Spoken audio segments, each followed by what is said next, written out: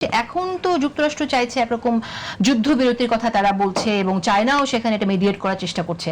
তো এরকম কোনো সম্ভাবনা কি আছে যে আসলে বন্ধু প্রতিম রাষ্ট্রগুলো যদি এখানে নেগোশিয়েট করে বা বোঝায় তাহলে ইরান যুদ্ধবিরতিতে রাজি হতে পারে?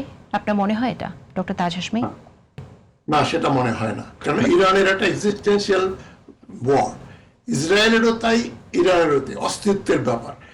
এখন যুদ্ধ একমাত্র যুক্তরাষ্ট্র বন্ধ করতে পারে। সে যদি ডোনাল্ড ট্রাম্প যদি বলে যে আমরা যুদ্ধে জিতেই গেছি, আমাদের খামেনিকে আমরা মেরে দিয়েছি, রেজিম চেঞ্জ করে ফেলেছি, এখন আমরা এখানে আর থাকতে চাই না, যেটা ট্রাম্পের একজন অ্যাডভাইজার তিনি তাকে বলেছেন যে আপনি এভাবে you go home and declare you are a winner.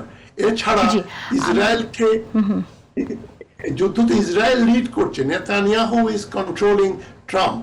এখন ট্রাম্পকে যদি ট্রাম্প নিজে না সরে দাঁড়ান তাহলে যুদ্ধ চলতেই থাকবে এবং ডেসপারেট হয়ে নেতানিয়াহু নিউক্লিয়ার ওয়েপন ইউজ করবে। এবং তার টেস্ট কেন হচ্ছে গাজা। গাজাতে 70,000-এর বেশি মানুষ মেরেছে। পৃথিবীতে ভার্চুয়ালি প্রতিবাদ হয়েছে, মিছিল হয়েছে, কোনো রিয়াকশন হয়নি। Israel remain আনপানিশড।